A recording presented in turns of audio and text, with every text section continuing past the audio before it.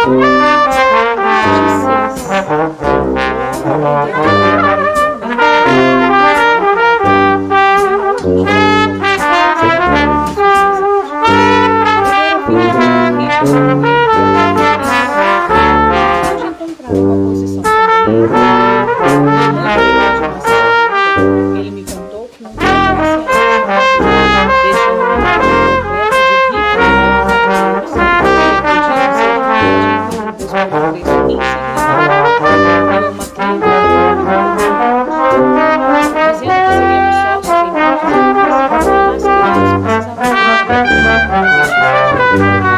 Convenceu-me também que nós devemos confiar acrescentando que ele seria um também estúdio para mediante o investimento. Ele adiantou que o sobre a viagem dele e todo o conhecimento que é possível encontrar. E como estava licenciado, por fim mandei-me embora, mas o que mais detetorou a loja completamente que ninguém queria comprar e eu sem dinheiro para dinheiro. Pensei em restaurar esse aparelho por um preço desprezível. Isso se seguiu por dias bastante apertados. Compreendi que o contexto do dia são relacionamento com a nossa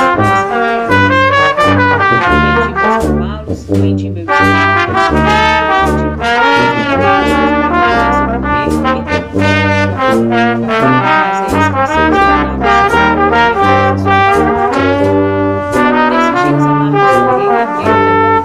confiança no Senhor de repositor. Os meses de para que me tornasse um homem desde que eu desde a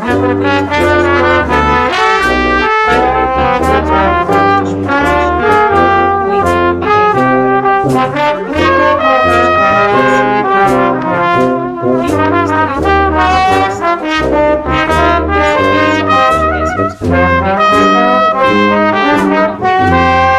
não decorei cada uma das leis e determinei se entre uma das coisas a deusa da boa fortuna eu me deixaria agradar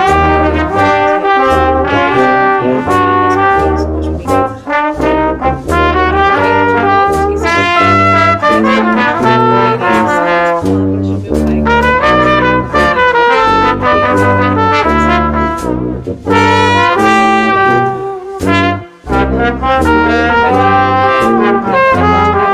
pai que se separa não menos de um décimo a fim de criar uma o outro aparentemente satisfeitamente e contente que como sua empreguei negócios ou propostas com aprovação da licenciada. Procuro escapar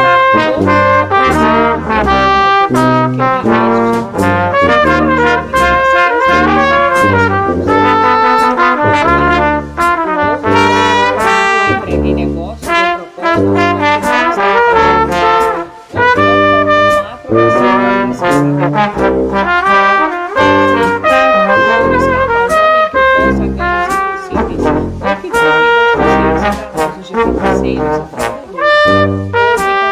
e trabalhadores, ou que confia em desejos românticos. Essas são as 5 leis do tão valiosas o desespero minha inexperiência. Entretanto, não existe usando meu conhecimento da primeira comecei a completa de novo os meus primeiros vencimentos, acrescentando a ela sempre possível completa de novo. Era um procedimento lento, pois eu tinha que fazer pesquisas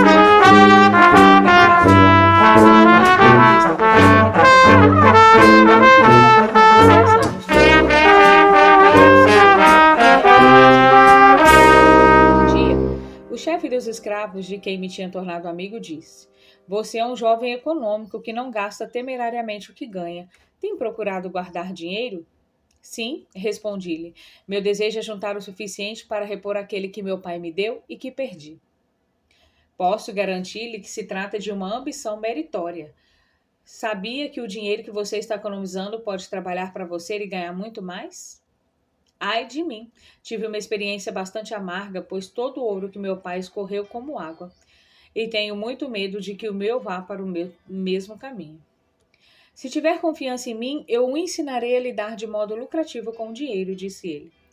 Dentro de um ano, a muralha externa terá sido terminada e estará pronta para receber os grandes portões de bronze que serão erguidos em cada entrada, a fim de proteger a cidade contra os inimigos do rei.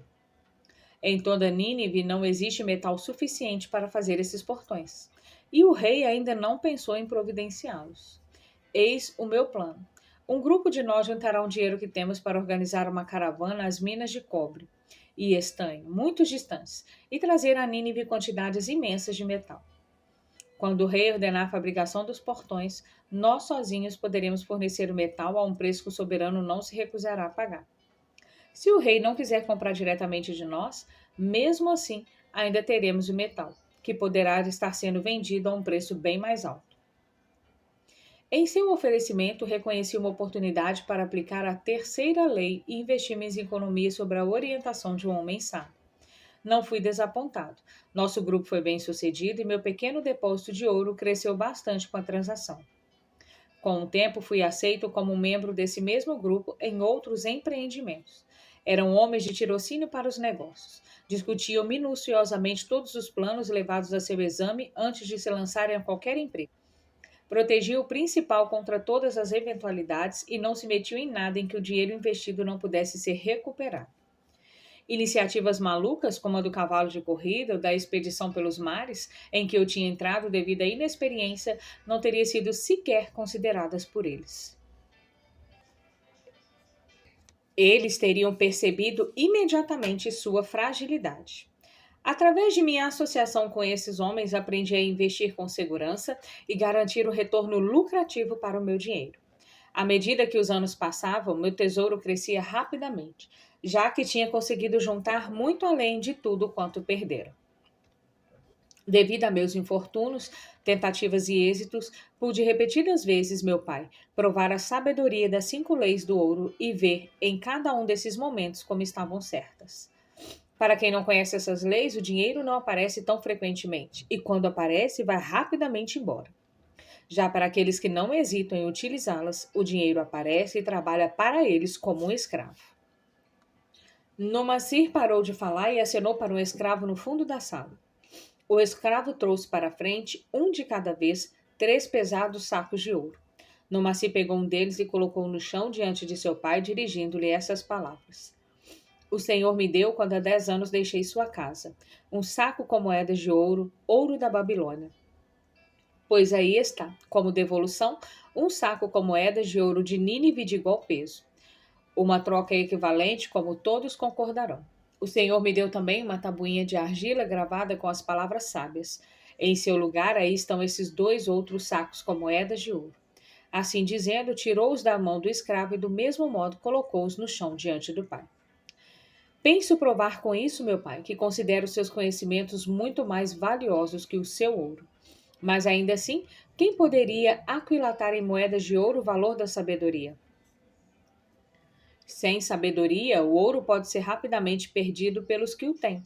Mas com sabedoria, o ouro pode ser adquirido pelos que não o têm, como podem provar sobejantemente esses 3 sacos de ouro. Além disso, sinto a mais profunda satisfação, meu pai, em estar diante do Senhor e poder dizer que, devido à sua sabedoria, fui capaz de tornar-me rico e respeitado entre os homens. O pai pôs afetuosamente sua mão sobre a cabeça do filho. Você aprendeu bem suas lições e me sinto realmente feliz por ter um filho a quem possa confiar minha riqueza. Calababe terminou sua história e olhos interrogativamente para os ouvintes. Que sentido tem para vocês a história de Nomacir? Perguntou ele. Quem entre vocês pode comparecer diante do pai ou do sogro para prestar contas de uma boa administração de seus ganhos? Quem não pensaria esses veneráveis homens se lhe dissessem: viajei muito, aprendi muito, trabalhei muito e ganhei muito, mas ai de mim, não consegui juntar muitas moedas de ouro. Despendi algumas sabiamente, outras tanto esbanjei loucamente, além das que perdi de modo insensato. Ainda pensam tratar-se de um capricho do destino que alguns homens tenham muito ouro, enquanto outros não têm nada? Pois estão errados. Os homens têm muito dinheiro quando conhecem as 5 leis do ouro e sabem empregá-las. Por ter aprendido e empregado bem essas 5 leis em minha juventude, hoje sou um rico comerciante. Não acumulei minha riqueza devido a um passo qualquer de mágica. A riqueza que chega muito rápido e vai embora da mesma maneira. A riqueza que promove gozo e satisfação para seu proprietário constrói-se gradualmente, porque é uma criança nascida do conhecimento e da persistência. Ganhar dinheiro é um peso fácil de carregar para o homem consciencioso. Ter paciência para com o fardo ano após ano acaba por levar à realização.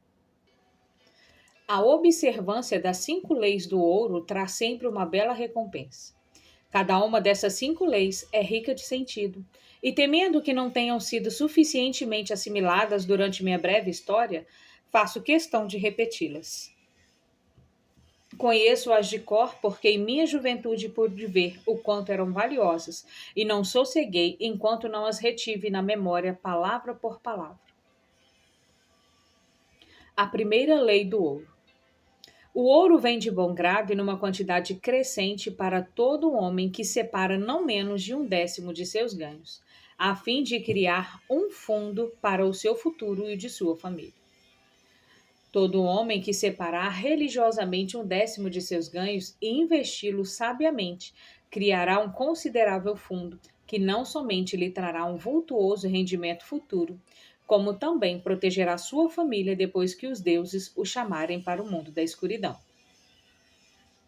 A lei afirma igualmente que o ouro vem de bom grado para tal homem. Pude certificar-me disso em minha própria vida. Quanto mais ouro acumulei, mais prontamente ele veio até mim, e em quantidades crescentes. As moedas de ouro que economizei aumentaram ainda mais, como acontecerá com vocês mesmos, e seus lucros continuarão aumentando. Esse é o resultado da primeira lei. A segunda lei do ouro. O ouro trabalha diligentemente e satisfatoriamente para o homem prudente, que possuindo-o encontra para ele um emprego lucrativo, multiplicando-o como os flocos de algodão no campo. O ouro realmente é um trabalhador bem disposto. Está sempre ávido por multiplicar-se quando a ocasião se apresenta. Para o homem que conserva separado uma determinada quantidade de ouro, sempre surgem oportunidades para o empreendimento lucrativo. À medida que os anos passam, ele se multiplica das maneiras mais surpreendentes. A terceira lei do ouro. O ouro busca a proteção do proprietário cauteloso que o investe de acordo com os conselhos de homens sábios em seu manuseio. O ouro realmente busca a proteção do proprietário cauteloso e aborrece a companhia do insensato.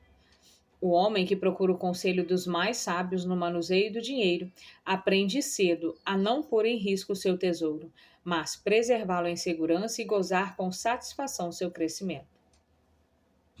A quarta lei do ouro. O ouro foge do homem que o emprega em seus negócios ou propósitos com os quais não está familiarizado ou que não contam com a aprovação daqueles que sabem poupá-lo. O homem que tem moedas de ouro, mas não é hábil em seu manuseio, depara muitas vezes com situações aparentemente lucrativas.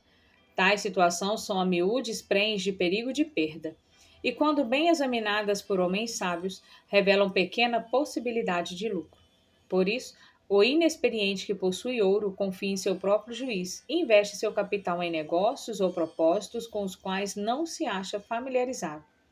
Comete muitos erros e paga com o seu tesouro pela falta de tarimpa. Sábio, aliás, é aquele que investe o seu dinheiro de acordo com o conselho dos homens acostumados a lidar com finanças. A quinta lei do ouro. O ouro escapa ao homem que o força a ganhos impossíveis ou que dá ouvidos aos conselhos enganosos de trapaceiros e fraudadores, ou que confia em sua própria inexperiência e desejos românticos na hora de investir. Propostas fantasiosas que impressionam como as histórias de aventuras sempre ocorrem ao novo proprietário de ouro. Elas surgem para adotar seu tesouro com poderes mágicos que o capacitarão a fazer ganhos impossíveis.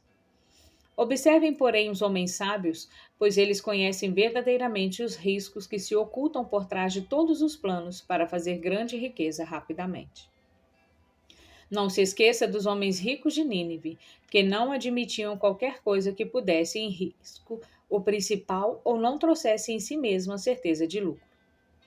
Aqui termina minha história sobre as 5 leis do ouro. Ao contá-la, espero ter passado para vocês o segredo de meus próprios sucessos. Não há realmente segredos, mas verdades que todo homem deve primeiro aprender, e então seguir se deseja sair da multidão, a qual, como aqueles cães distantes, tem de se preocupar todos os dias com a alimentação. Amanhã entraremos na Babilônia. Olhem, veja o fogo perene que arde acima do templo de Bel.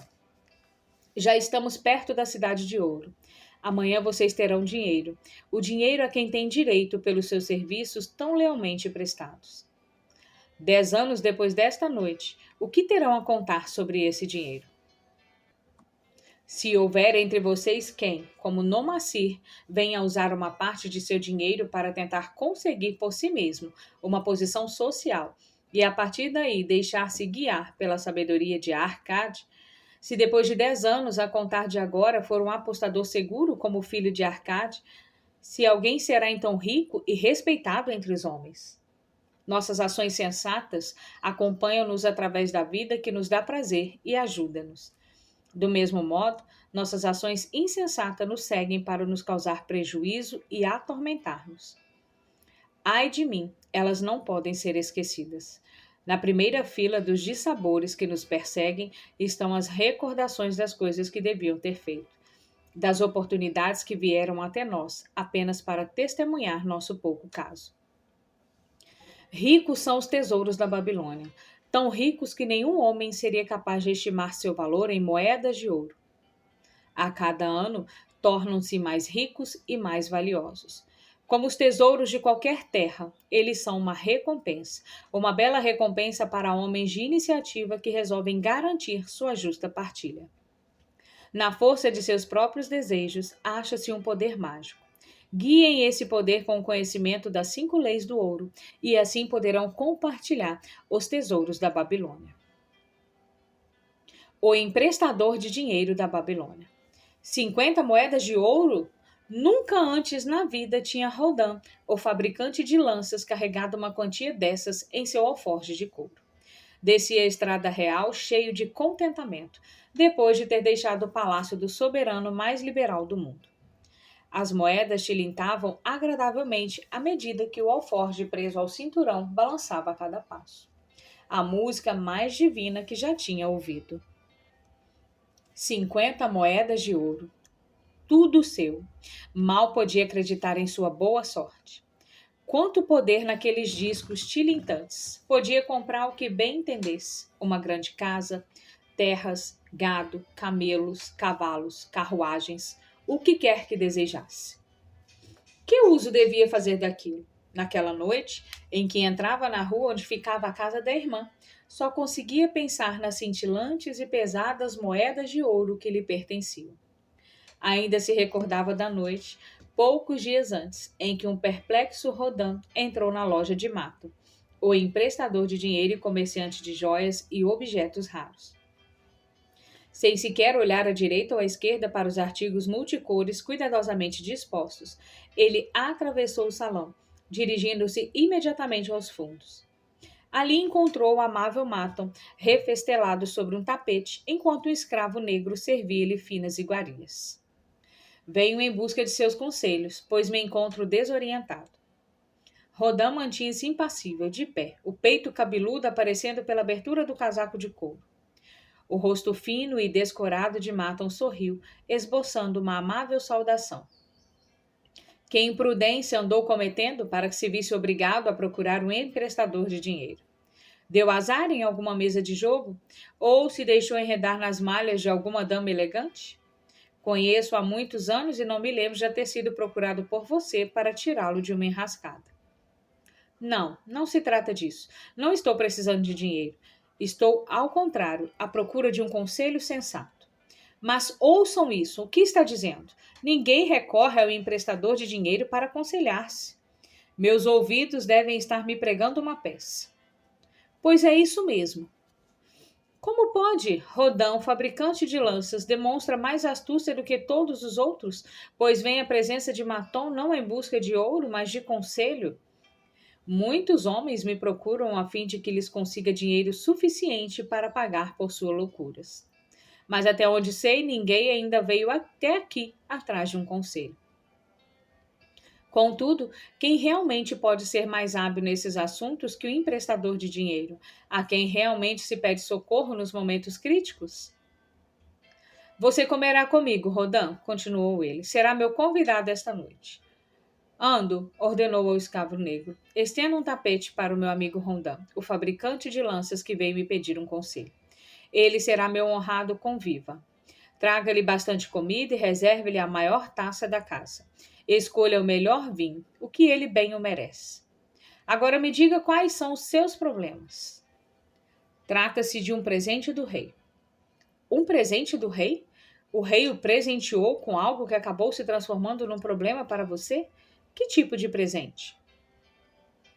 Por ter ficado muito satisfeito com o desenho que lhe apresentei para uma nova ponta nas lanças da guarda real, nosso soberano me deu um presente, 50 moedas de ouro, e agora me acho totalmente desorientado. Tenho sido quase a todo instante intimado por aqueles que gostariam de partilhar essa riqueza comigo. É natural. Os homens sempre querem mais ouro do que têm e gostariam de ver aquele que o ganha facilmente dividindo-o com eles. Mas você não pode dizer não. Sua vontade não é tão forte quanto o seu punho? Posso dizer não a muita gente, mas às vezes seria mais fácil dizer sim. Poderia recusar-me a dividi-lo com minha irmã única, a quem sou inteiramente devotado?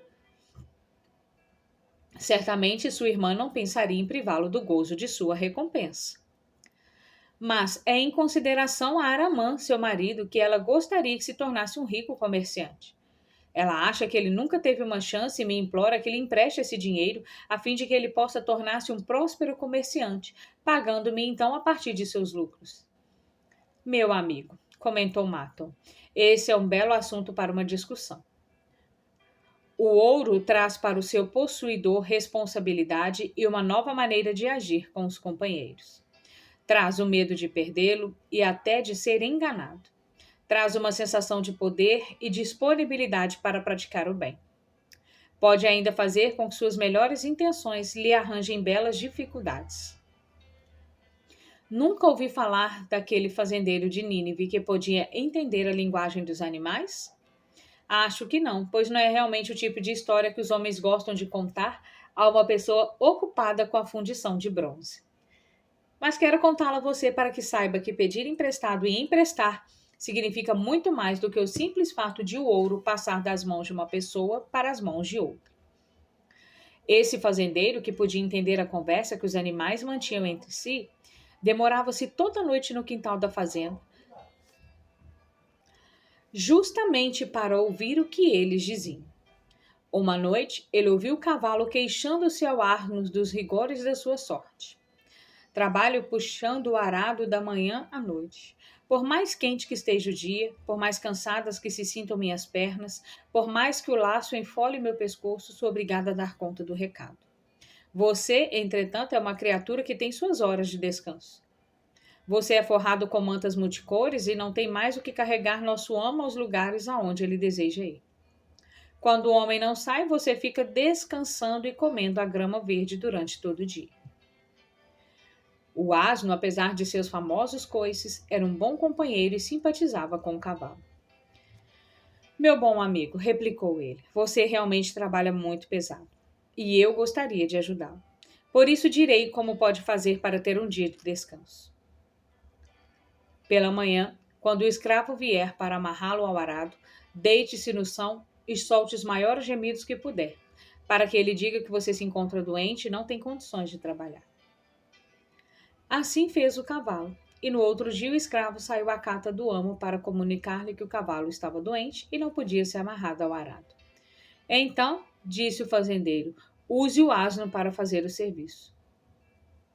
Durante o dia inteiro, O asno, que só tinha querido ajudar um companheiro, viu-se compelido de dar conta da tarefa do outro.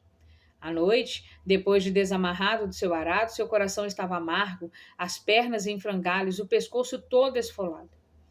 O fazendeiro tinha permanecido no terreiro para escutar. O cavalo iniciou a conversa. Você é um bom amigo. Devido ao seu sábio conselho, pude descansar durante todo o dia. Enquanto eu, reclamou o asno, sou como toda essa gente de bom coração que começa por ajudar um amigo e acaba sendo obrigado a fazer as tarefas dele. A partir de agora, você deve puxar como sempre o arado, pois ouviu o amo ordenar ao escravo que o leve para o açougueiro se você ficar doente de novo. Tomara que ele o faça mesmo, pois você é um companheiro preguiçoso.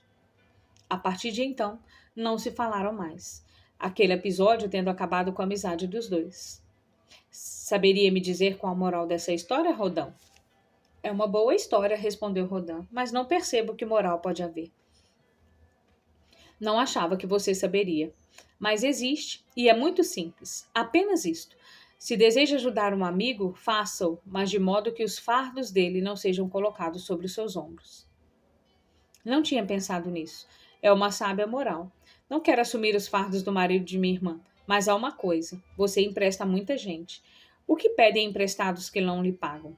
Matam sorriu o sorriso daqueles cuja alma está repleta de experiências da vida. Que o emprestador de dinheiro teria êxito se os que pedem emprestado não pudessem pagar? O emprestador não deve ser sensato e considerar cuidadosamente se seu ouro terá um desempenho proveitoso para o credor e se voltará em maior quantidade para ele, ou se será devastado por uma pessoa incapaz de fazer um uso inteligente do dinheiro, deixando-o sem seu tesouro e obrigando aquele que o fez o empréstimo a um débito que não pode acertar? Eu lhe mostrarei os objetos guardados em minha caixa de penhores e deixarei que eles lhe contem alguma dessas histórias. Ele trouxe para o aposento uma grande caixa forrada com pele de porco vermelha e enfeitada com desenhos de bronze. Colocou-a no chão e agachou-se diante dela, as duas mãos sobre a tampa.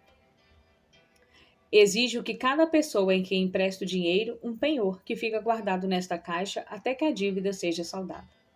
Quando pagam, devolvo-o. Se nunca o fazem, fico com o penhor como uma permanente recordação daquele que não foi digno de minha confiança.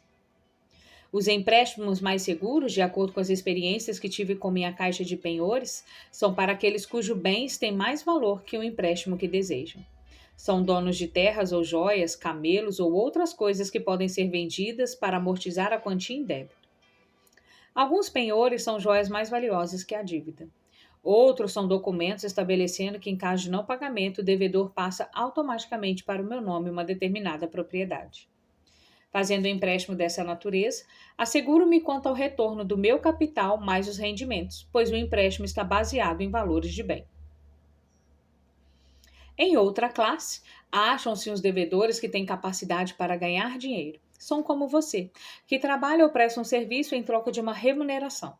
Eles têm algum tipo de renda, e se são honestos e não sofrem nenhum infortúnio, sei que posso contar com o pagamento do empréstimo, além dos juros combinados. Tais compromissos estão baseados no esforço humano. Temos ainda os que não possuem nada de valor nem mostram capacidade para uma remuneração periódica. A vida é dura, e sempre existirá quem se veja derrotado por suas exigências. Aos empréstimos que lhes faço, ainda que tenham cuidado de estabelecer quantias mínimas, minha caixa de penhores poderá censurar-me pelos anos vindouros. A menos que tais quantias sejam garantidas por bons amigos desses devedores que veem como pessoas honradas.